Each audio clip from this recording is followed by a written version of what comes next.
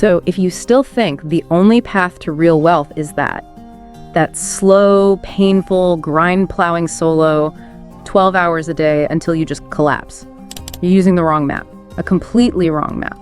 That path doesn't lead to an empire, it leads to burnout. Welcome to the Deep Dive.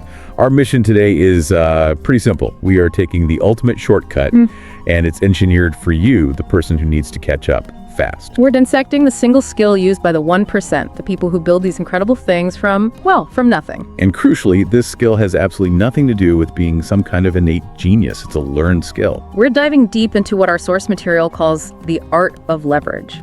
And it's not just one thing. The material lays out 15 specific methods. 15 ways to leverage everything around you. From the obvious stuff like time and money to the intangibles like emotion or even your biggest competitors. The promise here is, it's huge. It's that a normal person can use this to compress what would take centuries of trial and error into a single lifetime. It's pure physics applied to business. We all know that quote from Archimedes, give me a point of leverage and I will lift the earth. Right.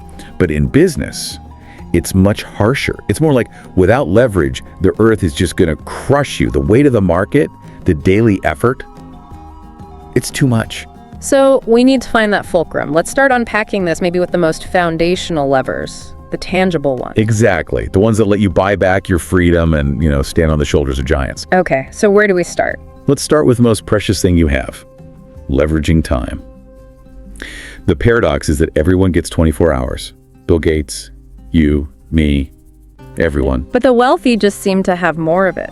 They seem to because they refuse to use their own time for low-value work. They spend money to buy time, and then they invest that time into high-value thinking and strategy. The source material had a great example of this, the expert tailor, right? Yes. The tailor who makes, say, a few $1,000s a month by personally sewing every single stitch until they're exhausted. Versus the person who leverages the time of 10 other tailors. And makes thousands a day without ever touching a needle. They've replicated their own capacity 10 times over. So the question for you listening is, what's your hour worth? If it's priceless, why are you doing a $15 an hour test? Exactly. Put down the broom, stop answering every single email, hire someone, buy that time back. Okay, so once you solve the time problem, you hit the next wall, knowledge. So we move to leveraging intelligence or wisdom. Right. And this is a huge mistake the source points out. This desire to self-learn everything from the very beginning. The whole I'll figure it out myself mindset. It's a trap. Why reinvent the wheel when you can borrow it and just start driving? Leverage here is about turning a 20-year learning curve into a 2-year one. So reading a book, hiring a consultant, that's a form of leverage. It's pure leverage. You're borrowing a lifetime of someone else's distilled experience. Their expensive failures become your cheap lessons. The source brings up that classic Henry Ford story. Oh, I love this one. He's in court, and they're calling him ignorant because he doesn't know some basic historical fact. And he just points to the buttons on his desk. And says, I just need to know which button to push to get the smartest person in the room to answer that for me. It's brilliant. It shows you don't have to be the smartest. You have to know how to convene the smartest. And borrow their collective brain power. Exactly. Knowledge is a utility you tap into, not something you have to personally hoard. Okay, next. This one's a biggie. Leveraging money, which usually means debt. And that word scares people. But we have to make a huge distinction. There's bad debt. Financing a new TV or a fancy car that loses value the second you buy it. Right. And then there's good debt. Capital you use to acquire an asset that generates more cash than the interest you're paying. The rich don't fear that kind of debt. They crave it. Big corporations don't run on their own cash. They use credit, they use debt to create massive value and grow way faster than they could otherwise. So using a small down payment to borrow for a rental property, for example, a perfect example. You use a little of your money to control a big asset. The asset appreciates, it generates income, you pay back the loan and pocket a huge profit. It's a magic trick, really. Financial leverage. All right, method 4. This one feels more modern. Leveraging technology. This is maybe the fairest lever ever made. Yeah. The access is just. It's incredible. One person with a laptop can literally run an empire today. We're talking about digital slaves, basically. Tireless and cheap. And they scale instantly. That's the key. Not just efficiency, but scale. You don't hire 10 customer service agents one by one. You deploy one chatbot that handles 10,000 conversations at the same time. Or you use a social media algorithm to find your perfect customer instead of knocking on doors. Look at a massive YouTuber. They're a one-person army. Leveraging the platform, the algorithm, editing software. Making technology do all the grunt work that used to require a huge team is the definition of working smart. Okay, let's round out these first 5. The last foundational one is leveraging prestige, credibility. This is a great one. Building your own trust and credibility can take decades. But borrowing it can take a single handshake. That's the standing on the shoulders of a giant idea in its purest form. That's why a startup will do anything to get mentioned in a major publication or get an investment from a famous VC. They need that stamp of approval, that borrowed trust. Because that borrowed trust from a giant makes the whole world see you differently overnight. Yeah. You've skipped 20 years of trust building. The takeaway here is that trust is worth more than gold. You can't just shout about how great you are. No, you borrow the authority of the best to speak for you. Prestige is the currency that opens all the other doors. Okay, so that covers the 5 big tangible levers. Now the deep dive shifts a bit, right? It does. We move away from your personal resources and into harnessing these bigger, more intangible forces. Market forces, human psychology. Let's kick off with method 6. Leveraging relationships, social capital. And the source makes a fascinating point here. It's not about how many contacts you have in your phone. It's about how many of those people are willing to guarantee your value with their own name, their own reputation. That's a huge difference. Like borrowing someone's distribution network that they spent 20 years building. Imagine that. One introduction, and your product is suddenly nationwide. It's incredible leverage. But what's the price? Nobody just gives that away. Exactly right. And the rule is simple. Relationships are an emotional bank account. You have to deposit value first. Always. A win-win mindset. You have to have it. If you only show up to take, to extract, you're a vampire. Mm-hmm. And successful people can smell a social vampire a mile away. They'll shut that door so fast. Speaking of things you can't build yourself, let's talk about momentum. Method 7, leveraging market trends. Riding the wave. The source says something like 80% of success is just timing and momentum. Why fight the current? You don't have to be a genius, you just have to be in the right place when all the money is flowing in one direction. It was e-commerce 10 years ago. It's AI today. You're leveraging the combined movement of millions of customers. But how do you know if it's a real wave or just, a bit of hype? You have to be sensitive. You can't just chase every shiny object. It's about forecasting these big global shifts, political, social, economic, and then getting in front of them. Don't try to create the wave. Never. You're one person. You borrow the ocean's push. Okay, this next one is a bit cunning. Method 8, leveraging opaque cash flow, negative float. Yes. This is one of the big secrets of the financial elites.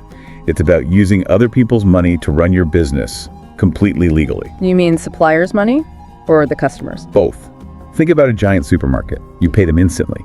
But they don't pay their suppliers for that can of beans for 30, 60, maybe even 90 days. So for that whole time, that float time, they just have your money and the supplier's beans. Exactly. They're sitting on billions of dollars of what is essentially an interest-free loan from their suppliers.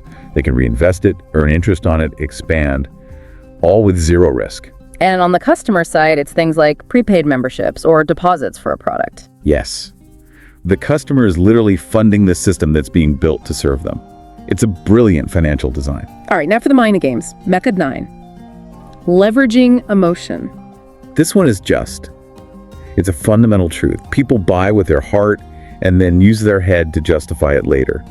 Always. And it's not just in sales, right? In leadership, too. Oh, absolutely. A great leader doesn't just rent an employee's labor with a salary.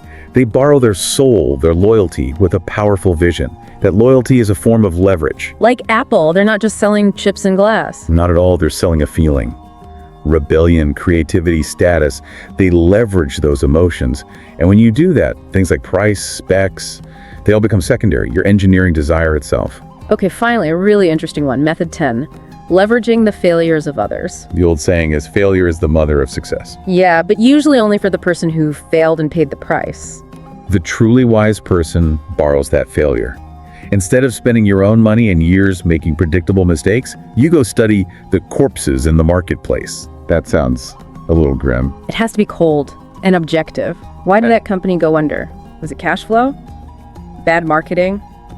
founder ego? Every failure is a data point. An incredibly valuable, free data point. It's a treasure trove that lets you build your own iron survival code without getting burned yourself. It just takes a little humility. So we're 10 methods in, and it's already so clear that this is about being an architect, not just a worker. And they're all connected. That's what's so fascinating. You can't just pick one. They form this tight network. For example, you can't pull off that negative cash flow trick. Method 8. Right. You can't do that without Method 5, prestige, and Method 6, relationships. No supplier gives you 90-day terms unless they really, really trust you. Which brings us to the big reasons why most people fail at this. The psychological barriers. The first one is just ego. The need to say, I did it all myself. They see borrowing as a weakness, debt as a failure. And that ego becomes a cage. It limits their potential. The true masters of leverage, they don't care about getting credit for the hard work. They just want the result. They're happy to be invisible as long as the machine is working. And right behind ego is the second barrier, fear. All kinds of fear. Fear of rejection if you ask to borrow someone's prestige. Fear of loss if you borrow capital. Fear of being cheated if you borrow intelligence. Where the average person sees risk, the master of leverage sees an opportunity. That is the fundamental mindset shift. You have to stop being the worker bee and become the designer of the beehive. You have to focus on one thing: return on investment, ROI. If you can borrow at 8% and generate 20%. The source material is ruthless on this. It says you should borrow until the bank literally runs out of money to give you. It's a predator's focus on the numbers, not the effort. Okay, let's get into the final 5 methods. The source calls these the decisive blows against poverty. This is next level stuff. It really is. Starting with method 11, leveraging competitors. Most of us see rivals as a threat. But the masters see them as free market research. The best free market research you could ask for. Think about Burger King opening up right next to McDonald's. It happens everywhere. Because McDonald's already spent millions figuring out that's the perfect spot. Traffic patterns, demographics, everything. Burger King just parasitizes that success. They leverage all of McDonald's sunk costs. So you're borrowing their research, but also their standards. Exactly. You position yourself against them. We're as good as the big guy, but we're faster, or we're more personalized. A strong competitor just gives you a longer lever to use. Method 12 is leveraging space and distance. The world is flat, but value isn't. The world is very bumpy when it comes to value. This is all about exploiting the differences in price, labor costs, and purchasing power between different places. Like a big tech company headquartered in Silicon Valley, but hiring engineers in Vietnam or India? That's the classic example. They leverage global capital from a high-cost area and global talent from a lower-cost area. The margin is enormous. Or even a single person selling crafts from a small village on Etsy. Yes, they are leveraging the platform to borrow the purchasing power of the entire US market. They're deep-sea fishing from their living room. Method 13, leveraging real-time events, immediacy. This feels like it requires incredible speed. It does. It's a higher level than just following a trend. This is minute by minute. Because today, the real currency isn't money. It's attention. Attention is the rarest asset of all. Remember when the power went out at the Super Bowl? Oreo instantly tweeted, "You can still dunk in the dark." I do remember that. It went everywhere. It exploded. Millions of dollars in free advertising. They borrowed the entire world's attention in that single moment. Speed is leverage. Okay, next is a counterintuitive one. Method 14, leveraging scarcity and deficit, using a lack of something as a weapon. On the supply side, think of luxury watch brands, Rolex, Patek Philippe. They deliberately make fewer watches than people want. To drive up the price and desire. They're leveraging psychological scarcity. They're not selling a watch. They're selling the privilege of owning something others can't have. It's a powerful lever for ego. And leveraging a deficit. That's about looking for market gaps. So if everyone in your industry starts using soulless, generic AI for everything, then real human connection and authenticity becomes scarce. and therefore incredibly valuable, you leverage that deficit. That lack in the market becomes your unique advantage. Finally, we get to the highest level. Method 15, leveraging government and natural laws. Borrowing from heaven and earth, basically. On the government side, it's about aligning with where the country is headed. If there are huge incentives for clean energy, You don't fight it. You get in line for the tax breaks, the cheap land, the cheap capital. you ride the momentum of history instead of trying to swim against it. And with natural laws, you're building on things that never change. Like compound interest or human psychology, fear, greed, status. Things that are hardwired into us. A business built on those immutable laws is built on the most stable foundation possible. It's the ultimate leverage. So we've gone on this whole journey, from the lonely marathon runner to the orchestrator. I love that analogy. The orchestrator doesn't have to play a single instrument perfectly. Their job is to make the entire orchestra play a perfect symphony. And the source is just so clear on this. Your wealth is not proportional to your sweat. It's proportional to the length of the lever you use. So if you're starting from nothing, you have to start with leveraging intelligence books, mentors, and leveraging the failures of others. That's how you build your first bit of credibility. And that's your starting point. And here's the final thought to leave you with. You don't need to own everything in the world to be wealthy. You just need the right to use the right resources at the right time. The world is full of wasted resources. Wasted resources, undirected money, knowledge just sitting there. Your job is to stop trying to generate everything yourself and instead become the funnel, the station that directs all those existing resources to create massive value.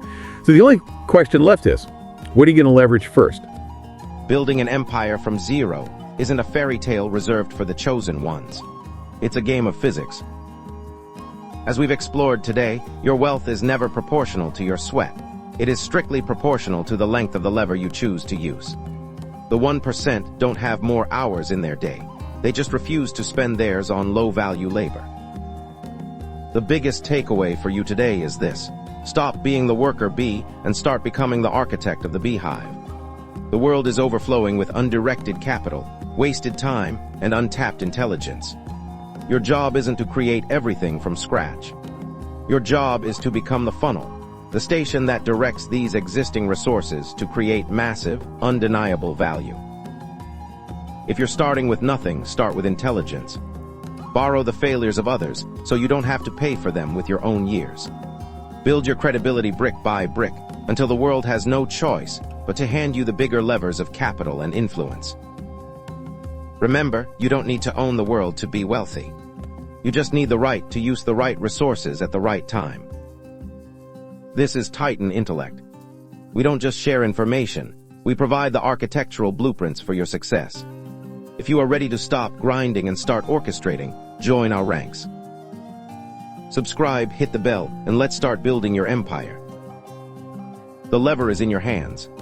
What will you move first? I'm Titan Intellect. I'll see you in the next deep dive.